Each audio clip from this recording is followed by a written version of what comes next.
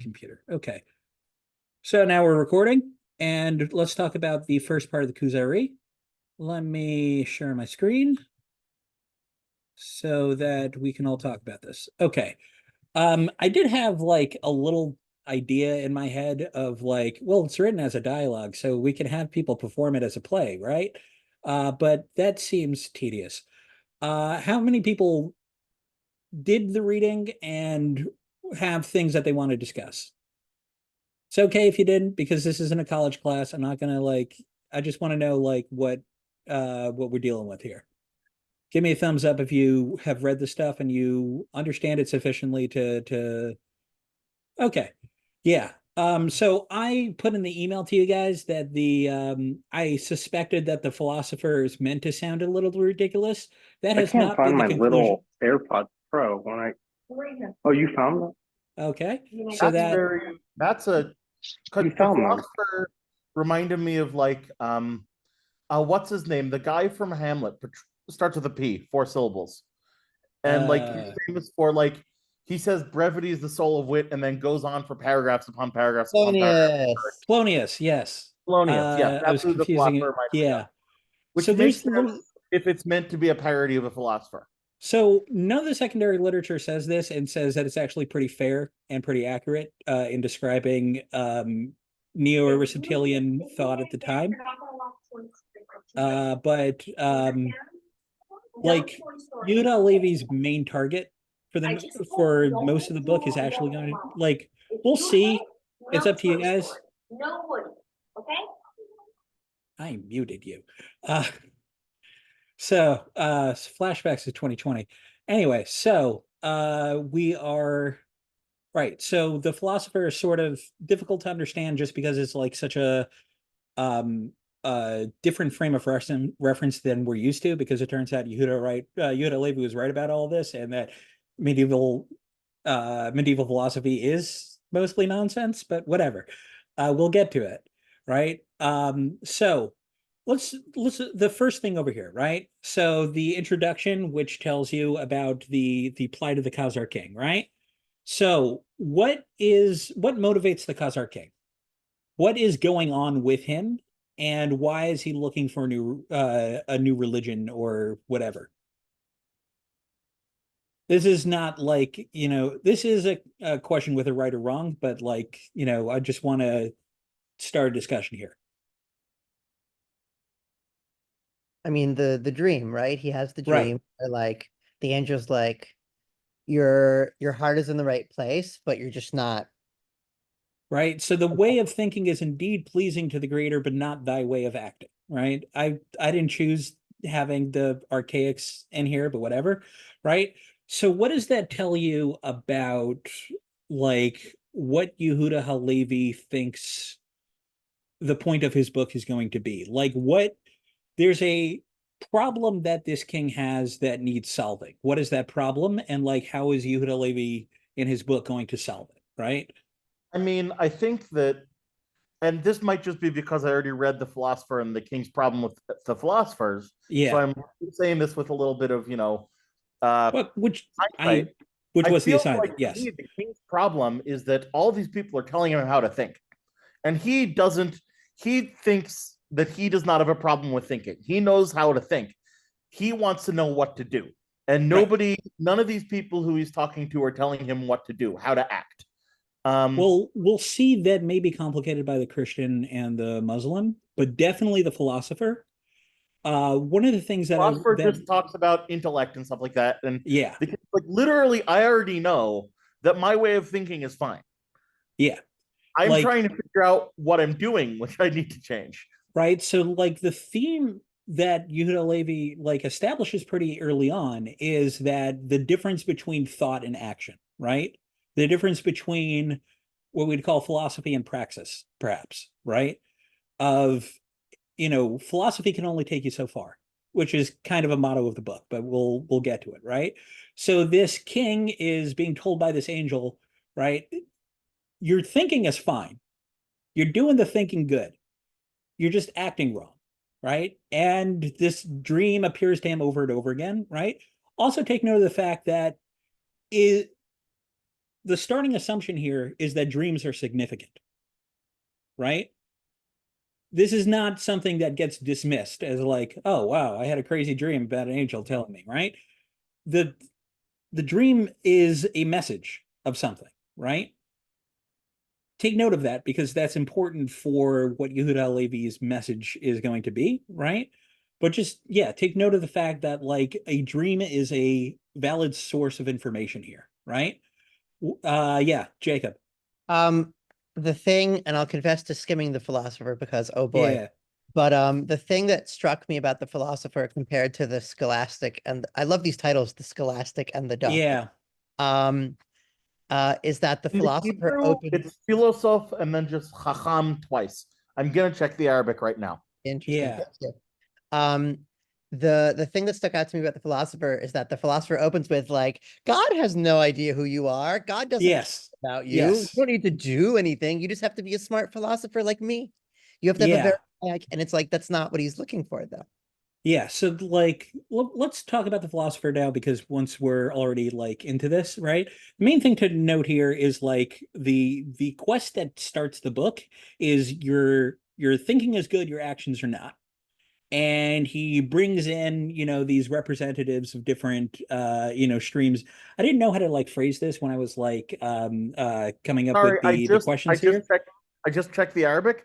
The philosopher is called al-Filsuf, very close to the Hebrew Yeah. philosopher.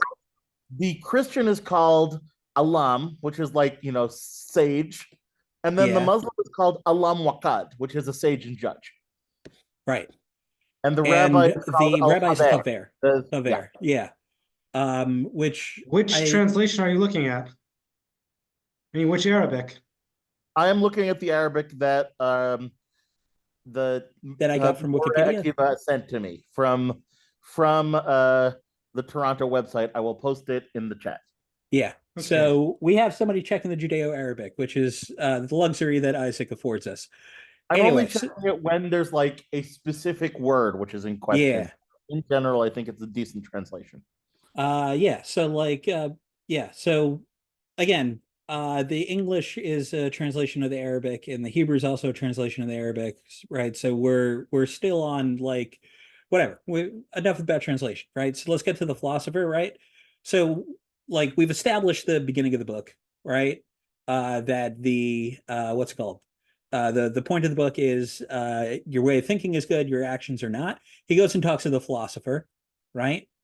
And the philosopher, as you guys have pointed out, does he validate the king's concerns? No, quite the opposite. He's like, what? Like, there's no favor or dislike in the nature of God because he's above a desire and intention. Like, why do you think that God cares about you? Why do you think God is like sending messages to you? Right? Which I guess normally that's a good message to send to people. I like to say that I have a book that was like I found in the humor section of the Strand that was God's worst directions or God's truest messengers or something like that. It was like a humor book of like people who got a message who did things based on having received a message from God that were like very stupid. And I put it with my Musser books uh because that's Musser, whatever. But like in this specific instance, and especially in the tale that Yehuda Levi is creating, like the philosopher does not validate, right? He does not say anything of like, yeah, God would like you to do this. Like, no, I already have all the answers, as Isaac pointed out, right? It might be just that it was the worldview and ethos of the time, seeing as Yehuda Halevi died when Rambam was 3 years old. But at Yes. some point, the philosopher read like a parody of Rambam. Like what That's somebody the crazy thing about Yehuda anti-Rambam Halevi. might say about it. Like Yehuda Halevi is the most eloquent response to Moer Nevuchim. Like the Kuzari is if you saw it as a response to the Moer Nevuchim, it would work. It is not. It is written before the Rambam. That I didn't realize that until last year. Fun fact. I always thought that he came after the Rambam because that makes sense. It's a stunning refutation of like the whole project of medieval Jewish philosophy. But all of the stuff, all the major works of it were written after him. Did they not? Whatever. There's an article on my in my drive somewhere about Yehuda Levi's possible influence on the Rambam. I haven't read it yet, but whatever.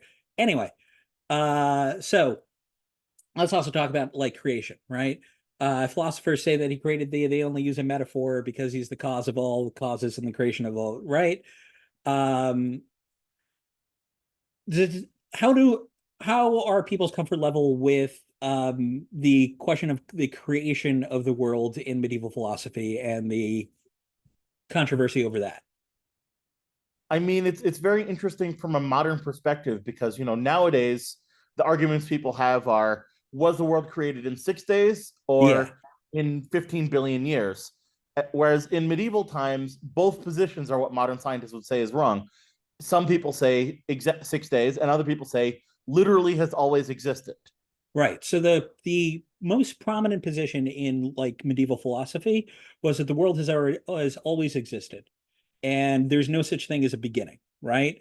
There was no creation. It was just things sprung in, like I wouldn't even say sprung into being. They've always existed this way, right?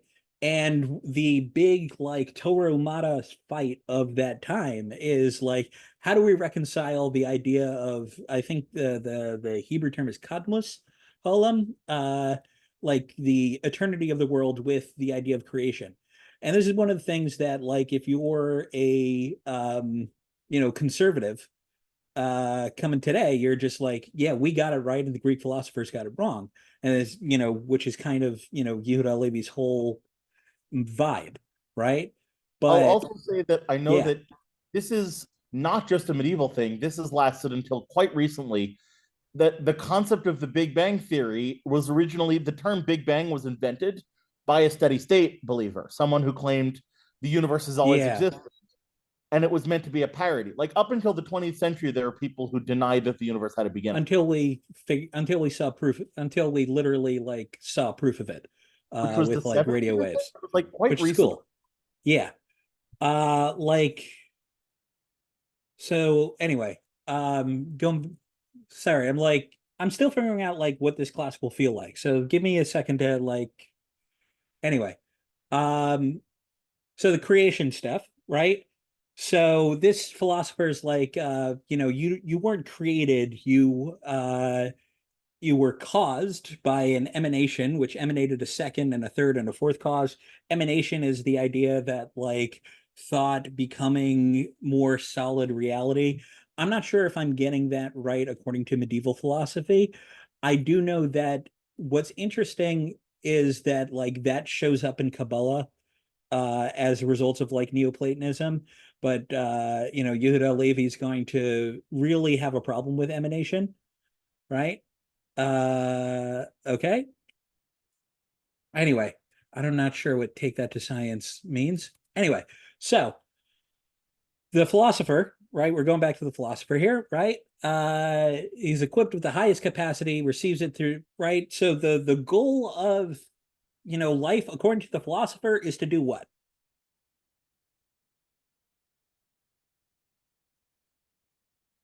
It's to be a what? The vita contemplativa. It's Right. the contemplation. In other words, to be a philosopher, right? What do you put here on earth to do? To be a philosopher, to, merge with the active intellect and the passive intellect. I don't know so much about these terms, if I'm being honest with you guys, right? And once you have reached this level of perfection, that, you're part of the active intellect, and therefore you are, there was this section that I thought was funny, but again was like the secondary literature just describes it like, yeah, that's just what is like. He becomes united with the intellect, with the active intellect. His soul is cheerful while he is alive because it enjoys the company of Hermes, Asclepius, Socrates, Plato, and Aristotle. In other words, you'll uh, once you have comprehended all the forms and all the stuff of medieval philosophy, and you understand truth, then you'll be in the same category as like all these gedolim of philosophy, right? And Hermes in this then case referring to Hermes Trigenitus. Trismegistus. Yeah, not the deity. This is referring to the philosopher Hermes, who wrote the Golden Right. Tablets. Right. I suspected it was some philosopher I hadn't heard of. Like, I don't know who Asclepius is, but I know who like Socrates, Plato, and Aristotle are because I did take intro to He philosophy. was the medicine guy. He had a stick which had a snake on it. Oh, okay. That doesn't come from Moshe. That comes from. Oh, okay. I was still always told in Yeshiva Day School that was like a reference to the Moshe stuff, but apparently not. I think Okay. really what it is was more that just in the Mediterranean and the Near East at that time, snakes represented medicine because I don't know. I don't really know. There's something about I them. read a book and that so the Greeks, the Greeks took it and we took it too. What's wrong I with read a that? fiction book that had a lot of these interludes that said that it might have originated from removing a worm on a stick. And that's what doctors did. Oh, okay. It could be one of the things that Yehuda Levi is going to talk about is like things that are universal to humanity, which he gives examples of which don't quite work. We'll get to that when we get to that, but like maybe there's some primal human urge to see a snake wrapped around a stick. I don't know. Anyway, was there anything else? Taking worms out, then we'd have to do a class on the Avets. Oh yeah, yes, we would. Anyway, ask me about that in my own time. All right. Anyway, okay. So anyway, the what's it called? The philosopher, right? So anybody else notice anything else about the philosopher that they wanted to take that they want to point my attention to? Right? Because we're talking about how like the goal of life, according to the philosopher, is merging with the active intellect to become more of a philosopher, to finding the truth, right? Anything about the philosopher that anybody wants to point out here? All right. I was interested in the line that claimed that creating humanity was not the divine intention. And the emphasis on God did not create humanity. And I was sort of wondering why that was that specific line, the line that, what was it? That, yes, God is the God of causes, but we are not intended to have existed. God never created us. It just happened. I was wondering why the emphasis on this sort of denial of anthropocentrism is like whether that is going to be a thread which repeats itself later in the book. I hadn't noticed that. That's interesting. Now, like, in other words, like the way that the philosopher is talking is that, the prime intelligence, which is God or whatever, that's how I think that the philosophers would describe this, like as God or whatever, right? Creates the universe, which happens to include human beings, right? And you're right that there is no sort of evaluation of the fact that like only human beings have the ability um to like obtain that intelligence or like understand that intelligence. It does come back though.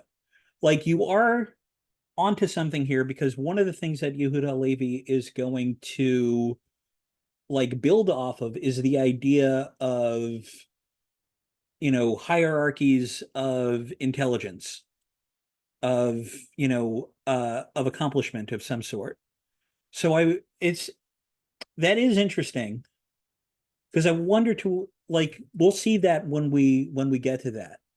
But he is going to build like he's basically going to have this idea of Jews as like superhumans transmitting some sort of divine something. We'll get to that. That's like mountains and mountains of scholarship trying to define what he sees as of that.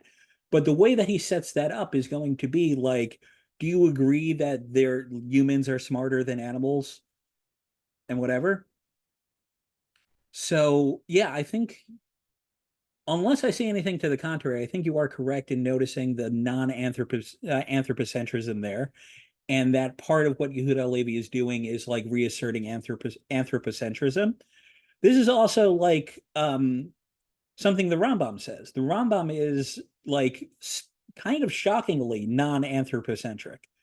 He says that we are not the goal of creation, human beings. We are like part of creation, which I know from Rabbi Lamb's article about aliens. What did you say sounds Tanya but okay about?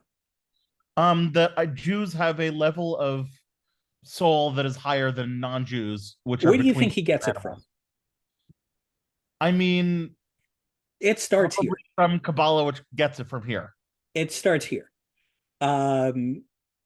Like there is an uncomfortable discussion to be had about race, which is like Both the normally philosopher and the rabbi use black people are not as smart as us as yeah, as an allegory. yes. That is When going to be does part of Khazar his. say that? When does who say that? When does the rabbi say that? Yeah, the rabbi's going to say that.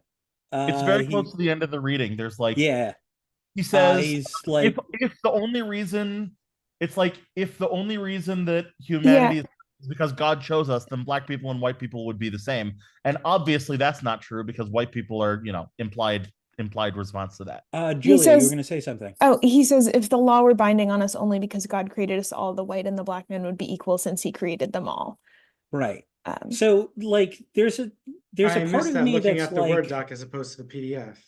yeah, there's a part of me there that like gets the same feeling that I get when I read the Euthyphro with Socrates saying that like but the gods disagree as to what morality is, where like you almost got it there, man. You almost like Socrates and the Euthyphro comes so close to like monotheism, and here like Yehuda Levi comes like so close to getting the point that like, well, if we're all created from the same, we're all human beings, then like there's not really reason to see black and white people as different from each other. But of course, he doesn't do that because his whole scheme is going to rely on, hierarchies between human beings, which It's is also one of the most interesting if you look one at of the what uncomfortable the things we're going to have to philosopher deal with. says. Yeah, go ahead. Look at what the philosopher says. Yeah. Oh, I don't want to make the whole thing about race, but it's interesting that the philosopher's claim about black people is that they don't speak clearly. On the top of the previous page 3. Okay, let's see. Sorry, I scroll like Right there. His claim is whatever. that imperfect causes remain imperfect as a word which I don't feel comfortable saying on a recording, who is able to receive nothing more than the human shape and speech in its least developed form. Right. So like all of like obviously It there's seems somebody like who's they written all like academic, agree that black people are inferior, but Yeah. they're disagreeing about why. which I see that it is was also in the Word document. It's me for reading too fast. Oops. it happens. Don't worry. Like I've had embarrassing instances where I got called out on like for missing words on like a paper that I published. My Like it happens. grandfather once went to South Carolina in the early 1960s Yeah. for a college program, and he was only washing all his white clothes. And someone asked, "Why are you only washing your white clothes?" And he said, "Well, there's a sign at Oh boy. the laundromat that says whites only." I saw that punchline coming from a mile away, and It's a real thing that happened to him. oh boy. He was just, he had never left Brooklyn before, and I guess he didn't think that segregation might be a thing. He lived in a nicer world, apparently, I guess, for at least a little while. Anyway, getting back to this, right?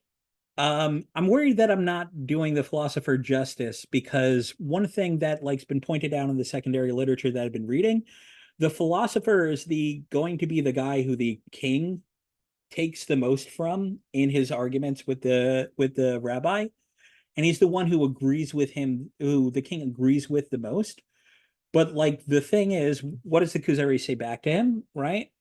You make a lot of sense, right? You make a lot of sense that like there's a universal intelligence that has created the world and whatever, but like that's not responding to me. And that's an important theme in the Kuzari to be aware of, is like the I saw somebody tweet the other day that like particularism versus universalism is like the most overrated dichotomy in Jewish philosophy. And I did the thing where I was like, say more, because I don't agree with that. But like in the Kuzari, this is a huge deal. But like what you have determined to be universally applicable through logic and syllogism or whatever isn't responding to like my particular, you know, dilemma right now, which is that I'm being told a specific thing, right? And you are, you know, denying that I was told anything, right? Um, let's also look over here. Like, there must be no doubt a way of acting pleasing by its very nature, but not through the medium of intentions. If this is not so, why then do Christian and Muslim, who divide the inhabited world between them, fight with one another, each of them serving his God with pure intention, living either as monks or hermits, right? Like, if it doesn't, like some of the what the philosopher says is like it doesn't matter like what religion you're doing or like your actions, right? You just have to have the right thoughts. And because the Khazar king is saying, like, first of all, that is explicitly not what I was told. You have failed the assignment. Number two, like, nobody agrees with you, practically speaking. Like, I think it shows a lot of empathy on Yehuda Levi's part that he writes this paragraph and he says, yeah, I see Christians and Muslims who are like oppressing my people and constantly killing each other. And I'm also completely aware that both of them are acting out of good faith. Like they're acting as to what they see is right according to their belief. I think a lot of people have a lot of trouble seeing people who they disagree with as people who like aren't just like, you know, mustache twirling villains. I'd love that to be the case. I'm not sure. I This is think just it's based on this intriguing. first paragraph, the one where he I says, think it's like, intriguing. they're both serving God with pure Like, intent. let's see how he like that will be a good lead into how he handles the Christian and the Muslim in the next couple paragraphs. But like, I could see it going either way based on how I know this is going to go. Because he's not a fan of Christianity or Islam.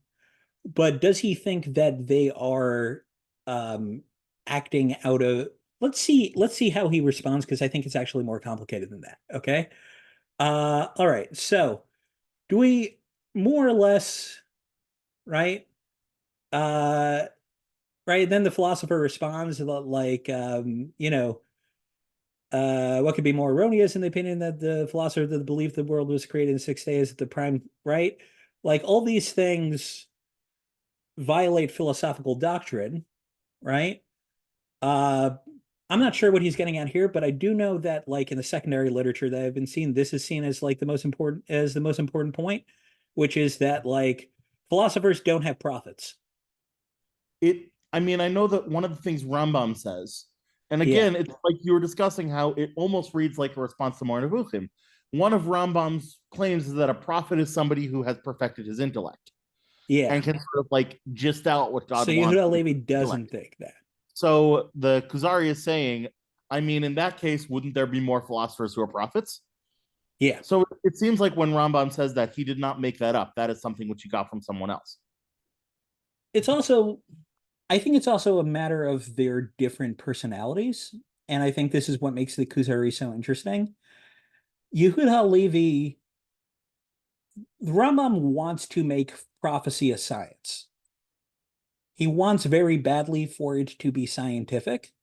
Even the stuff that seems very unscientific to us, he's like trying to make into a science. And like when he talks about like the prophet needs to be put into a mood by music and whatever, like we realize like he's talking kind of scientifically because he's talking about putting somebody into a trance state, which is something that like, you know, modern science sort of recognizes as being real. Whereas Yehuda Levi sees it as like, and like there have been arguments that the Rambam, I'm not sure if this is a direct quote from the Rambam or like paraphrasing the Rambam, but like he saw Aristotle as like a level below prophecy, right? That like if you're just a good enough philosopher, you are in some degree a prophet, but there are limits to how far the Rambam can take that. And he does say at the end of the day, it's up to God to decide whether you get prophecy or not. But you get the feeling with the Rambam that he really would have preferred a system that was more explicitly, you become good enough of a philosopher, you become a prophet. Whereas Yehuda Halevi sees, and Yehuda Halevi is like a poet, and Yehuda Halevi sees an artistic element there, an element of inspiration, which, divine inspiration. And he's saying that, like, yeah, for all the stuff that you talk about, like, these the people who, refine truth according to logic, we haven't seen any men of like inspiration of, who have, written works of prophecy that rival prophetic works, right? Lahavdil. Yeah. But this sort of distinction reminds me of the opening section of Dante's Inferno, in where Dante sort of wrestles with this question of, according to Catholicism, only Catholics are in heaven. So what about these philosophers who he loves? So he invents this idea of limbo, which is like the best part of hell, which is where all the people who aren't where all the people who he really loves their books, but they're not Christians go. The famous article by, I believe, Menachem Kellner. I would be surprised if it's not Menachem Kellner, of like, would Maimonides get into Rambam's heaven? Which is, gets to what we're talking about here, about like the Rambam's philosopher self versus his like religious self. It's so telling, by the way, about the Rambam that even in a work that predates him, we are still discussing him. That's how giant of a shadow he casts, right? Let's get to, like I do want to big keep bird this, of some kind. Yeah, great eagle, yes.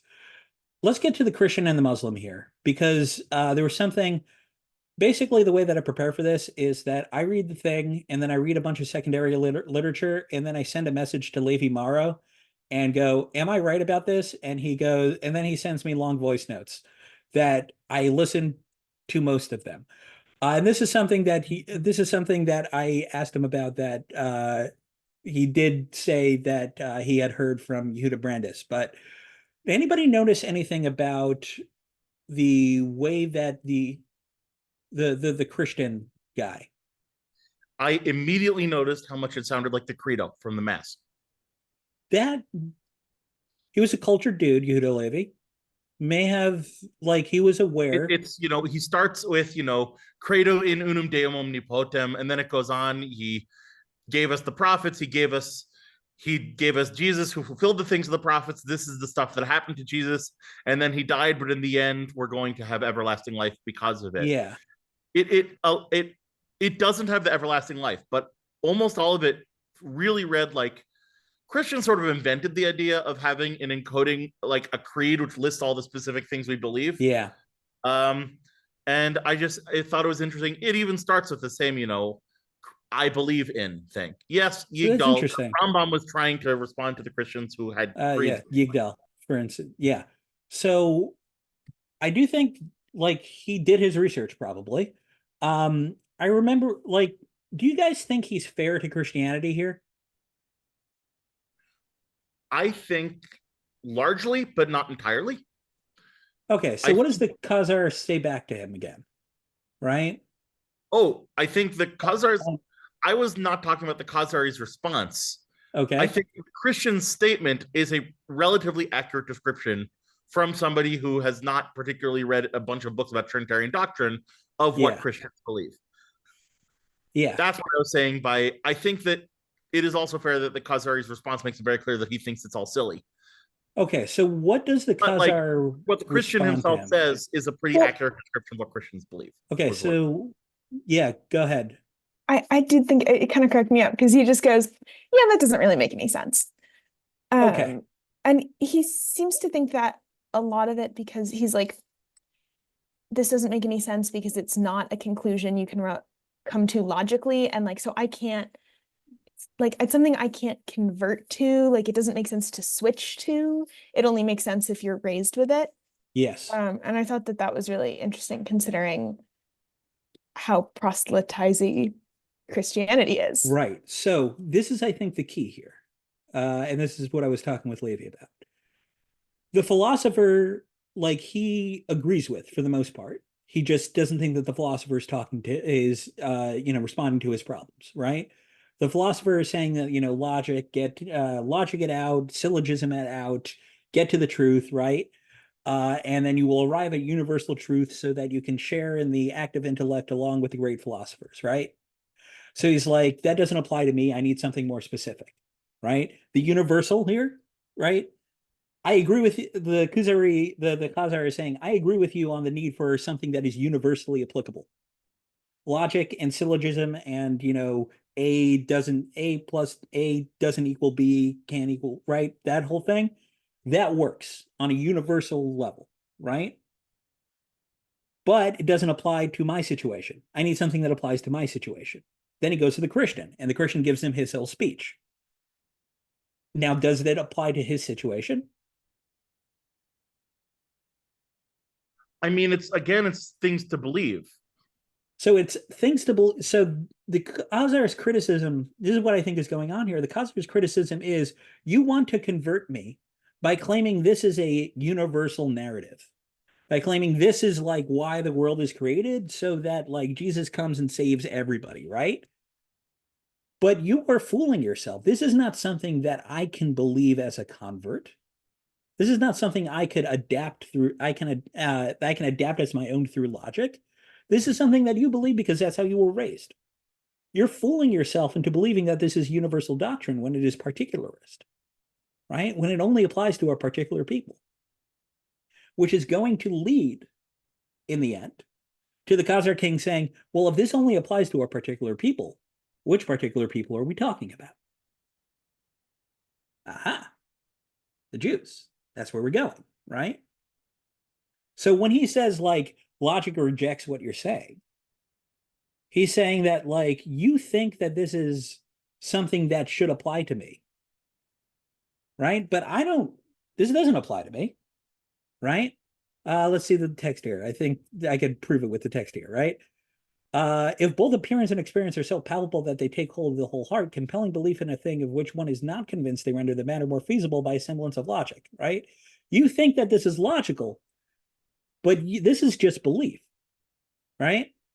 And they have examined them, they discuss them, and ascribe them to the influence of the stars or spirits without disproving ocular evidence. Like, just because you saw it doesn't mean that,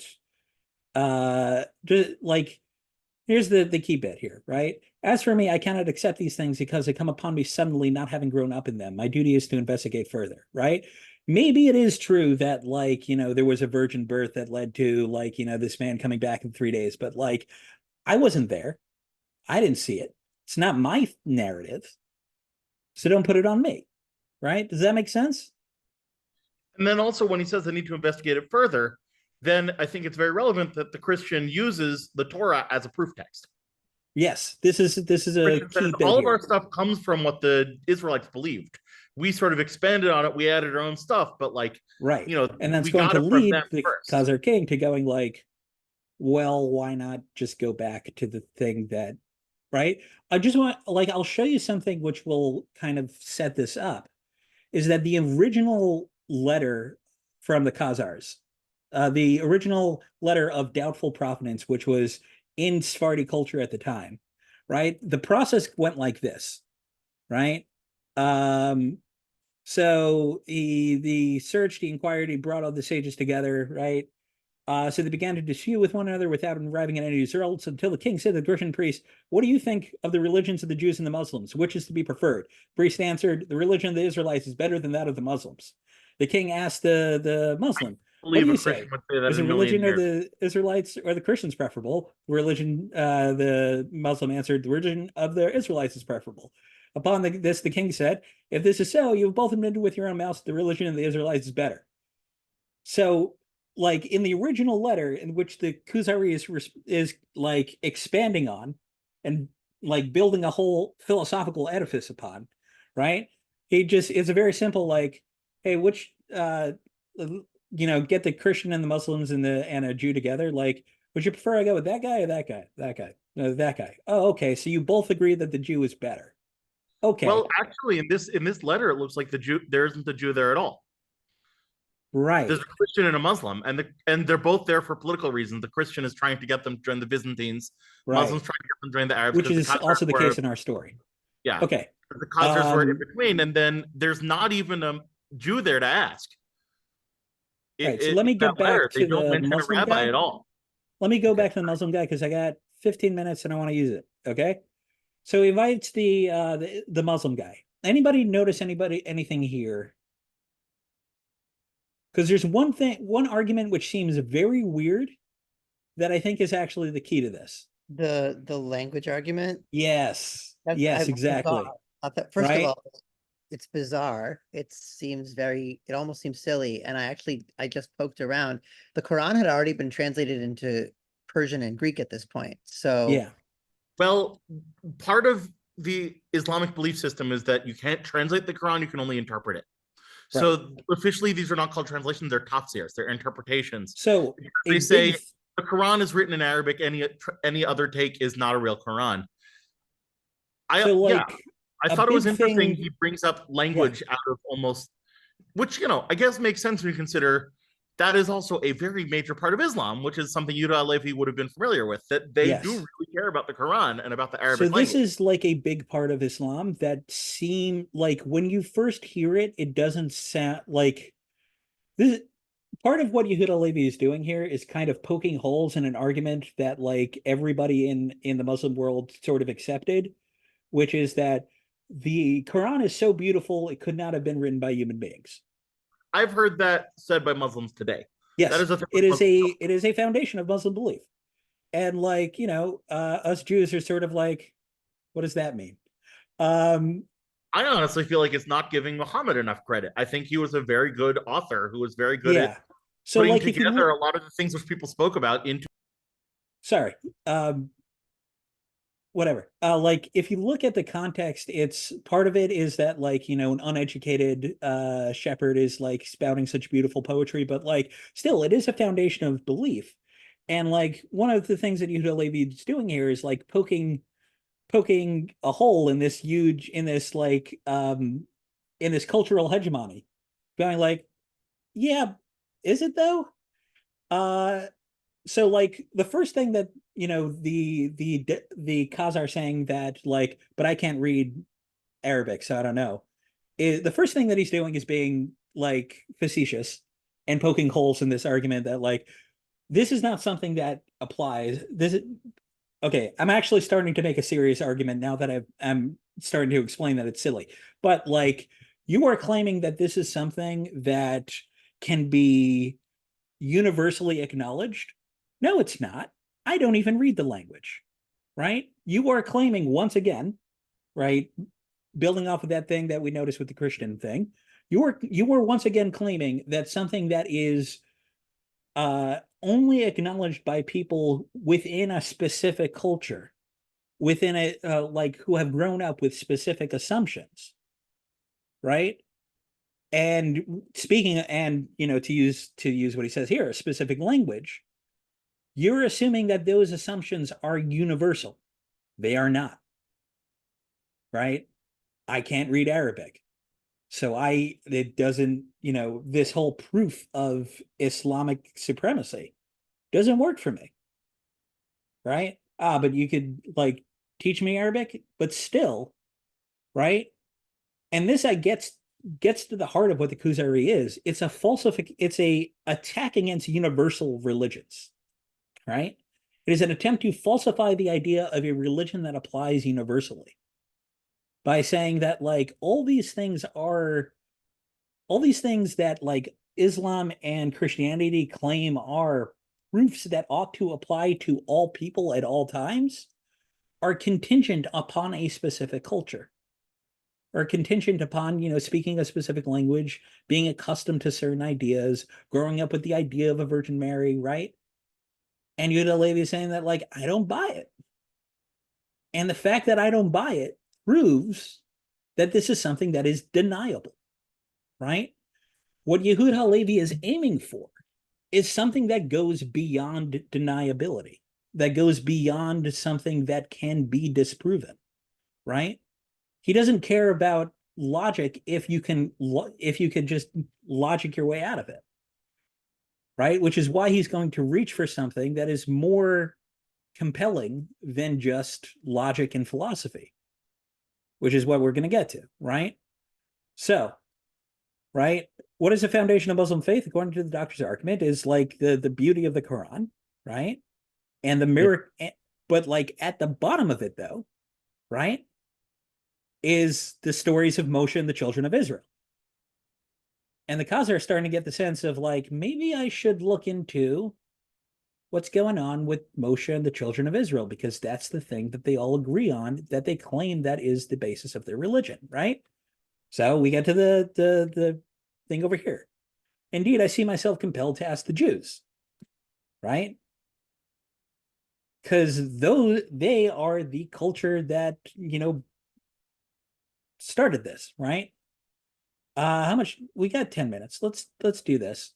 Okay. And then the Jew does not talk about the creation of the world or the foundation Yes. or what God is. So really interesting note here. Like at all. If you look at Ibn Ezra's commentary on and it's either the long or the short one on Shemot, I forgot which. If you look at his Ibn Ezra's commentary, he quotes a question from Yehuda Halevi on the first commandment, which is, I am Hashem your God who took you out of Egypt, right? He quotes Yehuda Halevi as asking, why didn't Hashem say, I'm the God who created the world? This is like, so what that shows you is that Yehuda Halevi at some point was bothered by the thing that Isaac is asking about, right? And this is his conclusion, okay? Right? So what does he reply? Like, what's the basis of your belief? Right? Somebody want to put it in their own words, or do they want me to talk? I don't know. While I wait for a volunteer, I will check the chat. Exactly. Like, who did miracles for our ancestors, right? Notice he's not doing logic here, and he's not starting from the creation of the world, right? He's going from our history, right? Right. So he says like, and I think he's building off of something which is very present in Tanakh. Like when you come to the Beit HaMikdash, bring your bikurim, right? What's the thing you say? You don't say like God created, I'm God who created the world. You say, or like, thank you, God who created the world, like God who, we were wandering Arameans and then you took us out of Egypt, right? Being taken out of Egypt is the main event of the Torah, not creation, right? So, what's the Khazar's response to this? Is he impressed by this initially?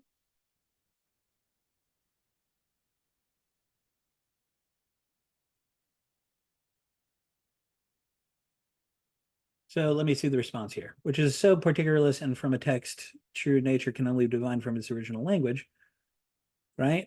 Sorry, I just found the Ibn Ezra text. Oh, okay. Yeah. It's always fun to get a challenge like that in the middle of a class, right? Anyway, so what's the Khazar's initial response to this? Is he impressed?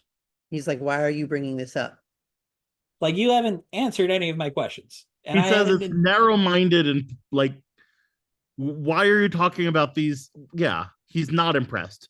He's not impressed because, like, he says Yahud on several occasions. Right. He remember, the Khazar is mostly identifies with the philosopher, but wants something that applies to him, and none of this applies to him. Right? None of this is his, which is kind of the point of the Kuzari, but whatever. Right? Shouldn't you have said that you believe in the creator of the world? Like, and the rabbi responds, no. What you're presenting is a religion based on speculation and system. Right? Did anybody have anything they want to say on this part over here?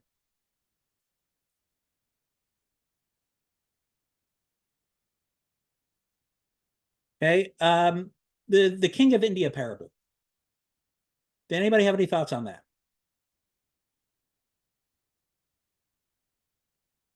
I mean, again, it's like action versus words. Yes. Right? It's Someone can tell you the king of India is the greatest guy on earth, and you can believe it or not.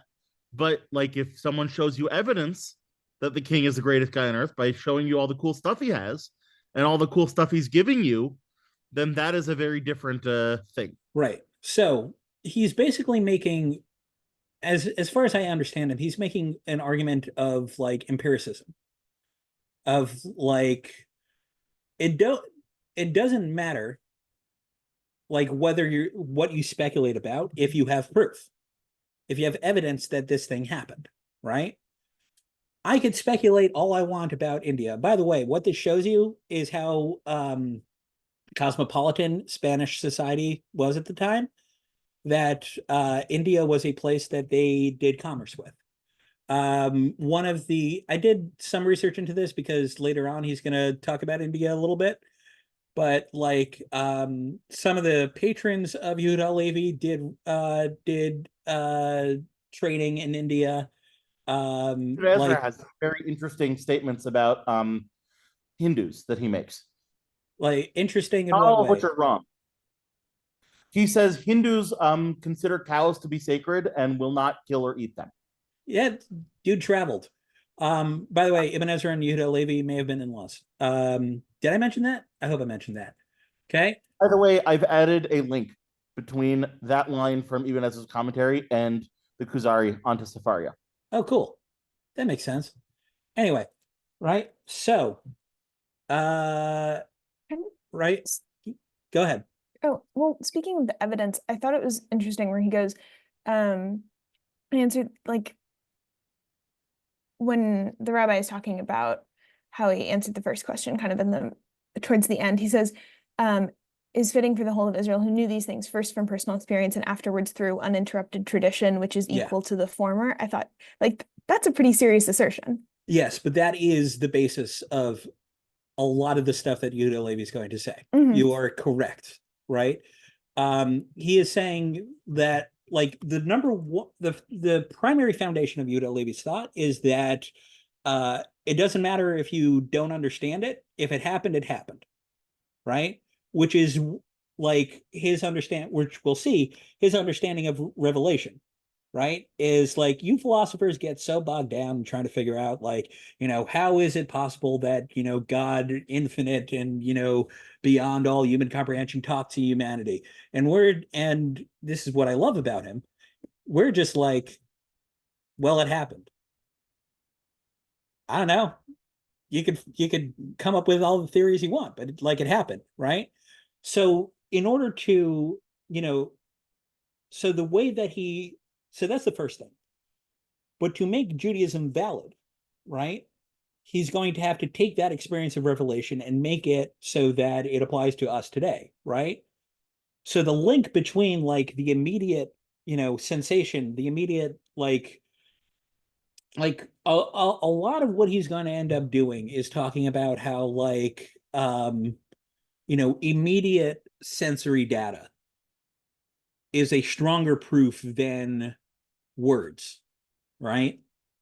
And this gets to like, the dichotomy I made between him and Rambam in terms of like, philosopher versus like artist, right? Like he's aware of like the effect that, an immediate like seeing is a big thing in Yehuda Levi, to the point that he has to like really talk about why he's not an idolater in some ways, right? But the way to extend that initial experience is by transmitting that through tradition of like, look, I know this thing doesn't make sense, but I was there, I saw it. And I know this thing doesn't make sense, but my father was there, he saw it, right? And like he's accurate to the text of Tanakh. If you look at Sefer Devarim, where it talks about like, when it talks about, and we're gonna see this inside, when it talks about the experience of revelation, right? It doesn't talk about like the laws as much as it talks about the experience of like seeing the seeing the sounds, right? That famous, thing, and like the thunder and the lightning, whatever, like that initial sense experience is much more important to Yehuda Levi than the actual than the words. And the transmission, the transmission of through tradition is transmission of that initial, sensation, rather than look, trust me, I saw that happen, right? Does that answer your question a little bit? Because that is one of the more important questions when it comes to Yehuda Levi, right? So, part of what he's saying in this parable of the Indian king is that, I could speculate all I want about, this Indian king or whatever. And by the way, just a cool note, that as I was saying before, this shows you the extent of trade between between what we think of as the Western world and what we think of as the Orient, right? There Well, was it could, or it could be that India was a legendary place of great riches in the East. it was both, right? They brought back riches. Nothing in from this there. passage makes it very clear that he knew anything about India. He knew that it was a place of great riches. Yeah, Which, okay, I know that from too. the fact that they brought back great riches, because that's what the primary market was in India, was luxury goods. This is true in Roman times. This is true in Spanish times, in medieval times, right? Yeah. Spices. Anyway. Yeah. Yeah. So he's saying that I could speculate all I want about what's going on in India, but once they bring back proof, I got proof. So that's what I'm saying before about Yehuda Levi trying to reach past philosophy. He's trying to reach past logic and say, look, I can found this on something that isn't, amenable to the same sort of doubts and questioning that mere logic and syllogism is. If it happened, it happened. He's very empirical in that way, right? Okay, so I'm going to figure out how I want to do this next time and what text I want to give you, because I did more talking than I necessarily wanted to do, but I get the sense that you guys want me talking also, because that's what you're not paying me for, or in some cases paying me for. I don't know. I've been paying optional. Don't feel any obligation. I just want to learn with people. But anyway, so let me figure out, based on what I've seen, what I want to do next time. Anybody have any questions that they want to bring up? I feel like I haven't gotten everybody talking here. So if you feel that you haven't talked that much, feel free to raise your hand. I don't know.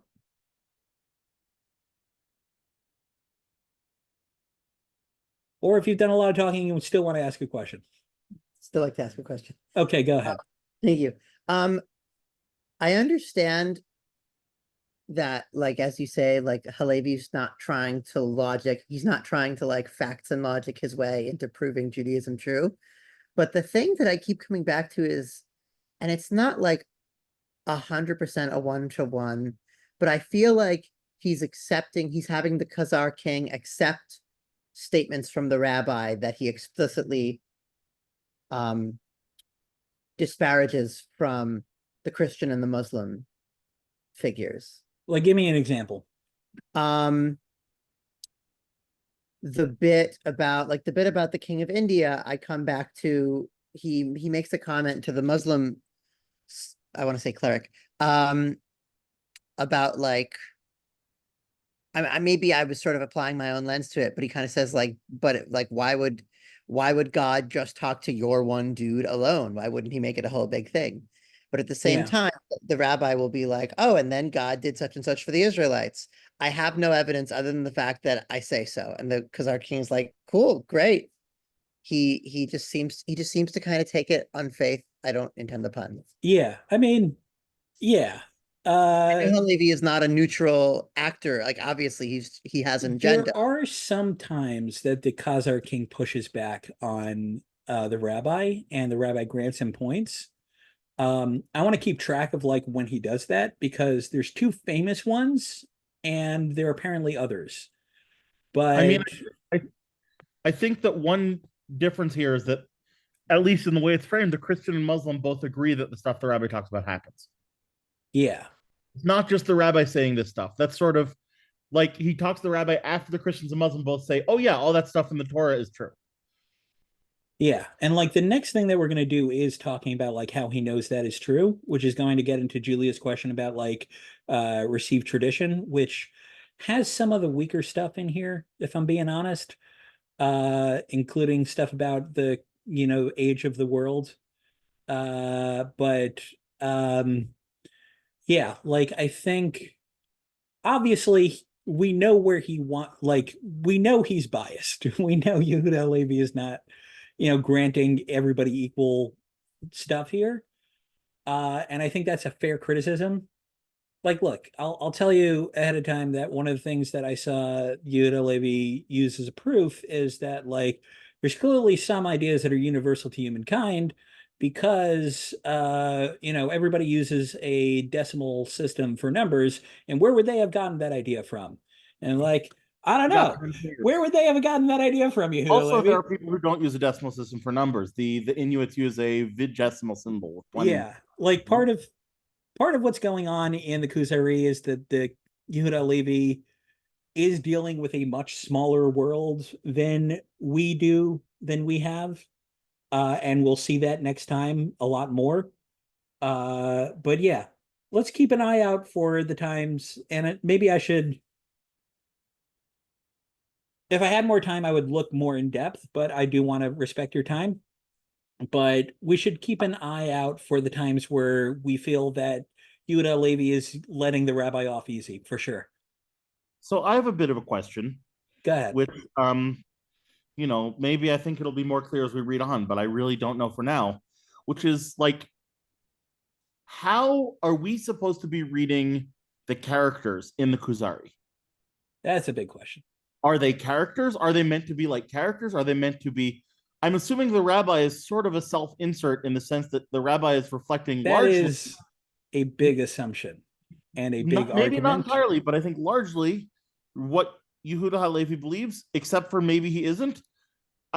Are we supposed to be reading it as a philosophical work first and foremost, as an allegorical play first and foremost? I'm assuming not as a literal depiction of what he thinks happened. But yeah, I remember getting like a Haredi publication of the Kuzari, which started off with like, first of all, anybody denying that this fact is not accurate. I'm like, come on, guys, come on, you're not that dumb. But I'm curious as to, and I'm not really saying what is Yehuda Halevi intending, because he's not going to tell us. He's not been around for a while. I'm curious as to like, it's a weird way to frame a philosophical work. It's a weird way to frame a theological work. Yes. To write your own straw men, except they're not straw men necessarily. So I'm just curious as to how are we supposed to be portraying these characters? Are they meant to be different? Are they meant to be distinct? First of all, and I just think that's something which I'm hoping continuing reading will make clear. Yeah, so there's a lot of stuff on this. First of all, Leo Strauss, surprising nobody, has opinions on this. Same way that he has opinions on the Rambam's essay. Like Leo Strauss, for those unaware, is into the idea that great thinkers hide what they actually believe from the unwashed and unthinking masses, which is why the Rambam, if you read him carefully, secretly agrees with me, Leo Strauss, on everything. It's honestly a very Neoplatonic take. Yes. Like that's the same way the Neoplatonists treated Plato. So yeah. So the extent to which the rabbi is expressing the opinions of Yehuda Halevi is a big question in what we might call Kuzari studies. It is significant that the ending of the Kuzari is the rabbi deciding to up and move to Israel, which is something that Yehuda Halevi did. So I am inclined to believe that this is a self-insert more than it is not, but it is an open question. With regards to, is this a weird format for a philosophical work? Yes and no. There's not many Jewish philosophical works that take this format. there is the works of Plato, but those are allegedly things that happened, but not because, Plato, whatever. While preparing this, I am inclined to believe that the reason why Yehuda Halevi phrased his work this way, and maybe this is a little bit of my own self-insert, but because he developed these ideas while having discussions with people rather than sitting there trying to logic it out. So I think this just came more natural to him. Because he was used to the cosmopolitan sort of atmosphere of like sitting around and discussing philosophy and opinions and stuff like that. But that just may be me raised on social media and Twitter, so I don't know. But deeper than that, and this with this I'll end because I am trying to be considerate of everybody's time. There is something to the idea that he is not trying to present a work of logically worked out postulates starting from first principles, but he is creating something literary that has value as a literary work, not as a work of philosophy. Because he is against philosophy. He's against the he wants something to have, he wants it to come across as having a spark of divinity to it, for lack of a better term, which we'll get into next time. So I think that he chose a literary format for what he wanted to present as a literary work rather than as a work of like science and logic. But that's just me. That's my opinion. All right. Unless there's anybody else who hasn't talked yet who wants to say something, I will I'll end it here. All right. How are we feeling? Are we coming back next week? Yeah, I'm glad I got to make it this week. I'll be back. Okay. Are we feeling good about this, everybody? All right. If you have any concerns or anything, or just want to say that it went well, just email me. But yeah, I'm gonna stop here. All right. And have a good night. Thank you for coming. Just to clarify, because I'm having a little trouble typing, I don't cantillate Kfira. I didn't cantillate the Mashiachist Megillah about how the Rebbe stopped COVID. So I'm not going to cantillate the dialogue with Typo either. I don't want to know, man. All right, I'm ending here. Menachem Mendel, Melech al Kol Haolam Kulo, because I guess they want to compare him to Achashverosh. I guess that they didn't really think about the implications of